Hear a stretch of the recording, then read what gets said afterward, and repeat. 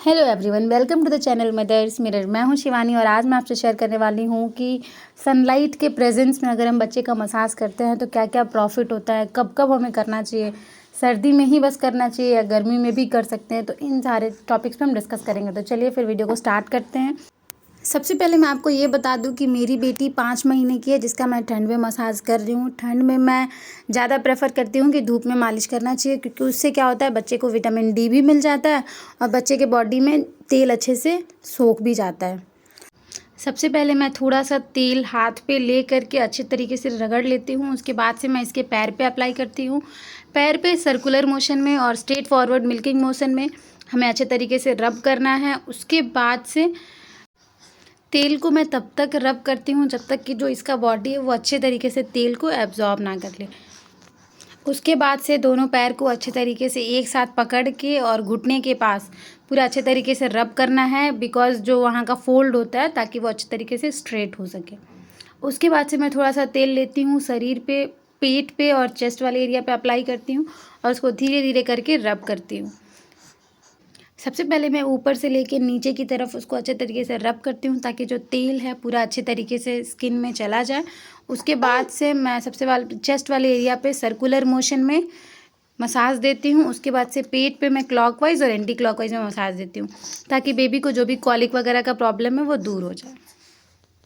और हम सभी जानते हैं कि विटामिन डी हमारी बॉडी के लिए कितना ज़्यादा ज़रूरी होता है। तो अगर हम धूप में 15 से 20 मिनट तक बेबी की मसाज करें तो बेबी को विटामिन डी अच्छे से मिल जाता है। ध्यान रहे 30 मिनट से 40 मिनट, उससे ज़्यादा आपको धूप में नहीं रखना है, क्योंकि उससे ज़्यादा टाइम धूप में रखने से विटामिन डी ज़्यादा हो जाता है और वो बच्चे के लिए नुकसानदायक हो सकता है। जब बेबी के बॉडी में विटामिन डी आता है तो जो भी कैल्शियम उसकी बॉडी में प्रेजेंट होता है उसको अच्छे तरीके से एब्जॉर्ब करता है, जिससे बेबी के दांत में और बोन्स में ताकत आती है। धूप में मसाज करने से जो बेबी का इम्यून सिस्टम होता है वो स्ट्रांग होता है।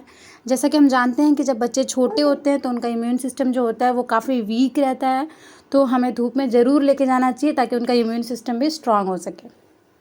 उसके बाद से मैं तेल को लेके हाथ पे अप्लाई करती हूँ। हाथ पे सबसे पहले मैं तलवे पे अप्लाई करती हूँ। तलवे में जो भी कचरा वगैरह बच्चे के घुस गया है वो निकल सके और उसके शरीर को गर्माहट हो सके।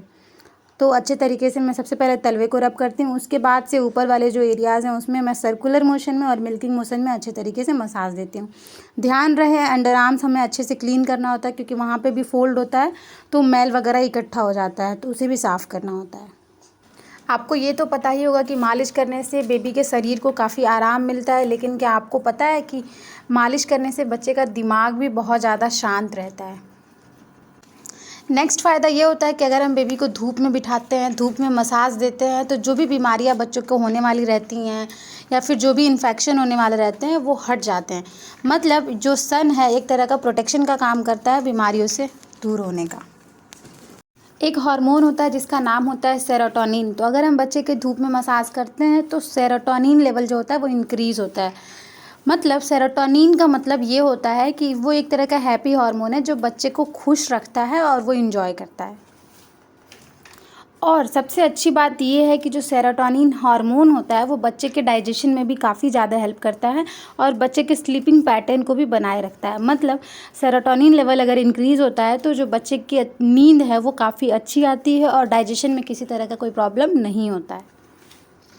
अब मैं हाथ का मसाज कंप्लीट करने के बाद से फेस मसाज पे एंटर करती हूँ। फेस मसाज हम जानते ही हैं कि शेपिंग का मसाज होता है, जिसमें हम बेबी के आइज़ को और नोज़ को, अपर लिप्स को, लोअर लिप्स को, इन सब चीज़ों को शेप देते हैं और उसके बाद से मसाज देते हैं।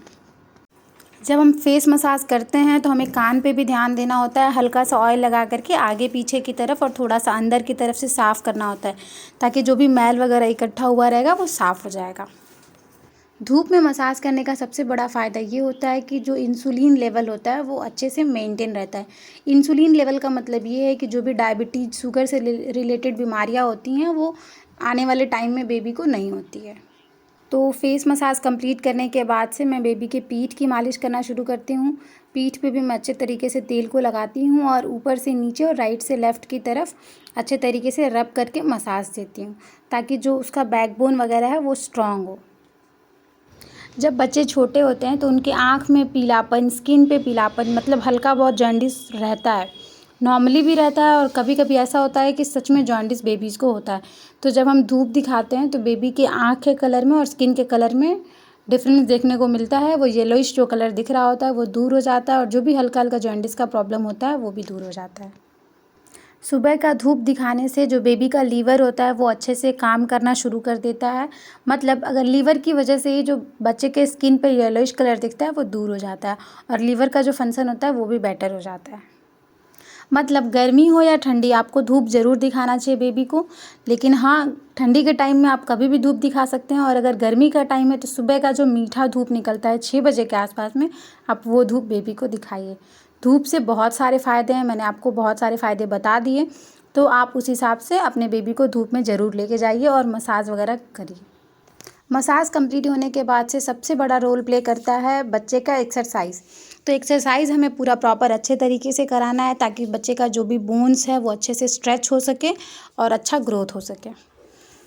आपको एक एक्सरसाइज को एटलीस्ट 5 to 7 टाइम्स देना चाहिए ताकि बेबी का जो स्किन है, जो बॉडी है, वो अच्छे तरीके से स्ट्रेच हो सके।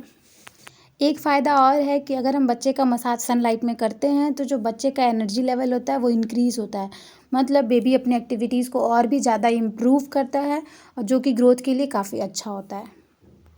एक और सवाल जो लोगों के मन में होते हैं कि हमें कौन से ऑयल यूज़ करना चाहिए।